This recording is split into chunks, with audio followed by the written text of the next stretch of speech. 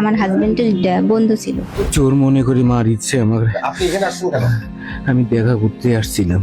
জীবনে কোনো স্বামীর আমি ভুল পাইনি ভাই। আপনার সাথে আনিসের সম্পর্ক কবে? 3 বছর। ওরে বন্ধু যদি বন্ধু সাথে বেইমানি করে। বন্ধু এই শব্দটির মধ্যে লুকিয়ে থাকে বিশ্বাস, আস্থা আর নির্ভরতার এক অটুট বন্ধন। রক্তের সম্পর্ক না হলেও অনেক সময় একজন বন্ধুকেই মানুষ নিজের সবচেয়ে কাছের মানুষ মনে করে।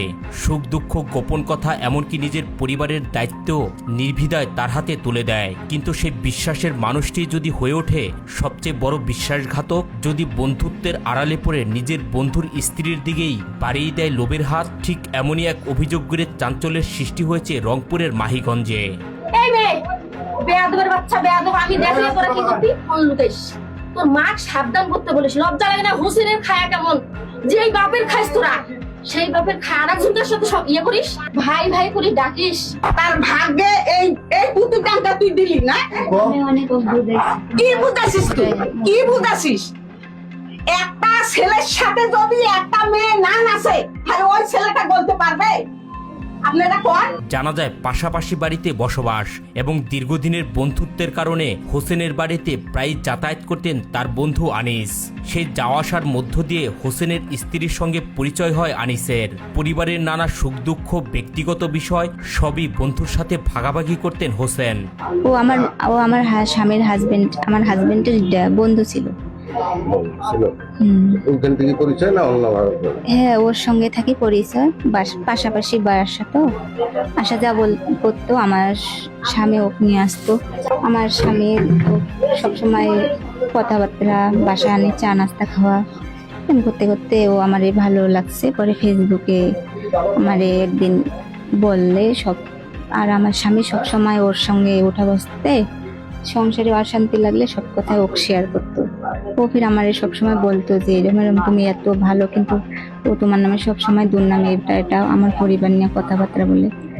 এভাবে পরে 2টা বছর, 2.5 বছর ওর সঙ্গে একদম যোগাযোগ। সেই পরিচয় ধীরে ধীরে ঘনিষ্ঠতায় রূপ নেয়। একসময় বন্ধুর অগোচরেই আনিস এই গৃহবধূর সঙ্গে প্রেমের সম্পর্ক গড়ে ওঠে। প্রায় 3 বছর ধরে চলছিল তাদের এই নিষিদ্ধ প্রেমের সম্পর্ক। আপনার সাথে আনিসের সম্পর্ক কবে? 3 বছর। 3 বছর।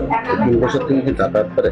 না, এমনি ফোনেই যা কথাবার্তা। পরে একদিন হঠাৎ ও বলতেছে আমি তোমাকে ভালোবাসি, এরকম তোমাকে নিয়ে আমি সংসার করব। পরে আমি অনেক বোঝাইছি, ও বোঝে না।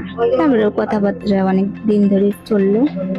তখন ও সিলেট গেছে, সিলেট থেকে আসলো আজকে 2 দিন হইলো মনে হয়। আবার যাবে, এখন আমার সাথে দেখা করতে যাচ্ছে।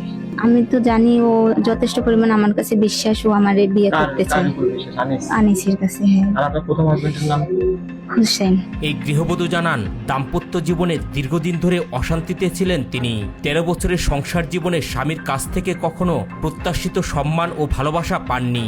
মারধর ও মানসিক নির্যাতনের কারণে মানসিকভাবে ভেঙে পড়ে স্বামীর বন্ধু আনিসের প্রতি দুর্বল হয়ে পড়েন তিনি। হাজবেন্ড যে হোসেন আছেন, রাজমিস্ত্রি কাজ করেন তিনি। হ্যাঁ। তিনি কি আপনাকে টর্চার করতেন, নির্যাতন আমার করতেন? 13টা বছর হয়েছে বিয়ে হওয়ার। 13টা বছর ধরে আমি কোনো একদিন আমার মনে করেন যে মারধর, ওই জায়গাটা, ওই এলাকার সবাই জানে আমাকে অনেক অত্যাচার করে, খুব মারামারি করে। সেটা আপনি ভাষা বলতেন? কোথায়? গার্জিয়ান আমার সবাইকে জানা। আমি 13টা বছর, আমার বড় ভাইকে ও মারছে, আমার মা পর্যন্ত মারছে।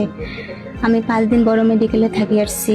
মামলা করতে চাইছিলাম, আমার বাবা দেয়নি মামলা করতে। তিনি আরো জানান আনিস তাকে বিয়ের আশ্বাস দেন এবং নতুন করে সংসার করার স্বপ্ন দেখান। সেই বিশ্বাস থেকে তাদের সম্পর্ক আরো গভীর হয়। কিন্তু আনিসের যে এখন যে বর্তমান যে আনিস, হ্যাঁ। তারও তো সংসার আছে। জি। তাহলে আপনি আর একটা সংসারে কিভাবে উঠছেন? আপনি কি দ্বিতীয় বউ হতে রাজি? ও যদি নিতে চায় তো আমি রাজি। আর বাচ্চা? আনিস কি আপনার বাচ্চার দেখাশোনা করবেন? আপনাকে এই বিষয়ে কোনো কথা বলছেন? না, এমনি বলছে তোমার বাচ্চা তোমার বাবা মার বাড়িতে থাকুক, আমি যথেষ্ট পরিমাণ যা করার করবো। মানে আপনার বর্তমানে তো দুইজন সন্তান আছে, দুইজনই কি মেয়ে? হ্যাঁ। বয়স কেমন হবে তাদের? একটা 12 বছর, একটা 7 বছর। আমার আজকে যে ঘটনাটা হলো এটা কিভাবে হলো? আজকের ঘটনা, ও আমার সাথে দেখা করতে যাচ্ছে। ও নাকি আবার চলে যাবে সিলেটে, এই জন্য দেখা করতে আপনি কি যাচ্ছে। সিলেটে থাকেন? হ্যাঁ, এক সপ্তাহে কাজ করেন ছেলেটা জানেন? Fit company. Fit company. এই সম্পর্কটা আপনাদের কতদিনের ছিল?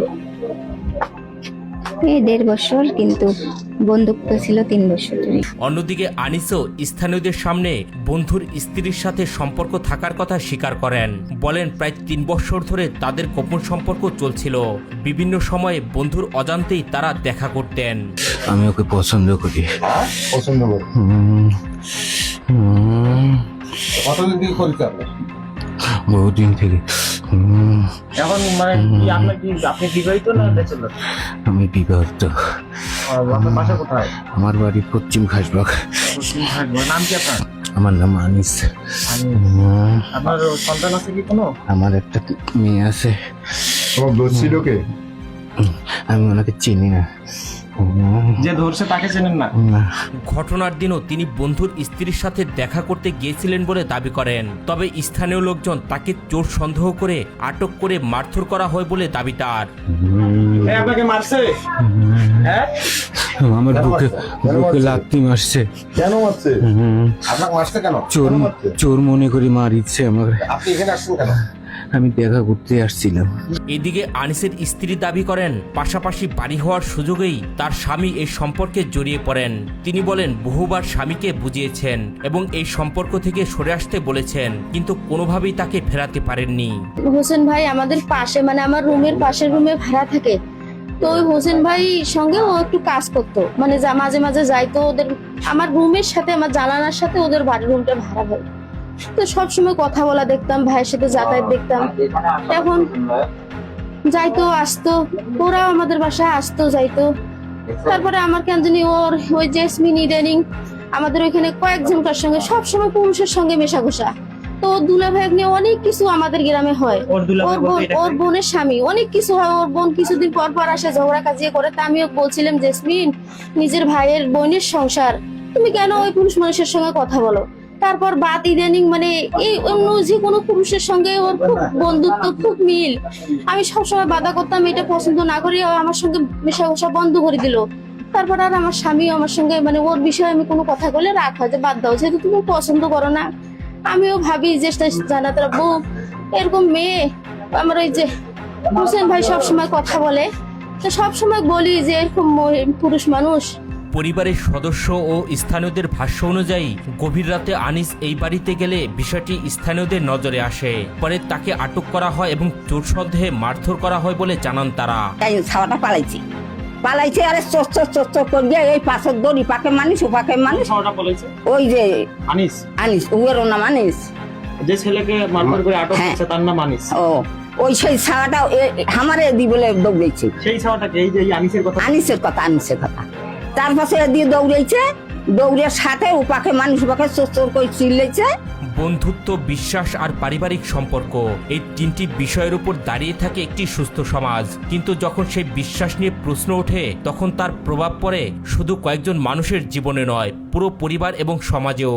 রংপুরের মাহিগঞ্জের এই ঘটনা নতুন করে সেই প্রশ্নই সামনে এনে দিয়েছে। ঘটনা সম্পর্কে আপনাদের মতামত কি? কমেন্ট করে জানাতে ভুলবেন না।